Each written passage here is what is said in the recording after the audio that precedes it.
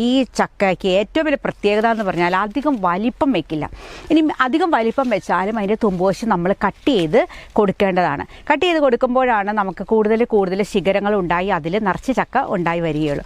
അപ്പോൾ ഇപ്പോൾ ഒരു 8-9 അടി ഇതിന് പൊക്കം വെച്ചിട്ടുണ്ടെങ്കിലും ഇവ നമുക്ക് എടുക്കാനായിട്ട് വളരെ ഈസി ആയിട്ടുള്ള സ്ഥലത്താണ് ഇവ ഉണ്ടായി നിൽക്കുന്നത്.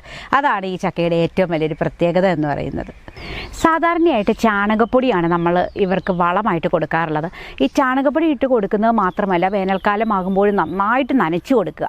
ഒരു 1-2 ദിവസം അല്ലെങ്കിൽ 2 ദിവസം കൂടുമ്പോഴൊക്കെ എന്നിട്ട് നന്നായിട്ട് നനഞ്ഞാൽ മതി.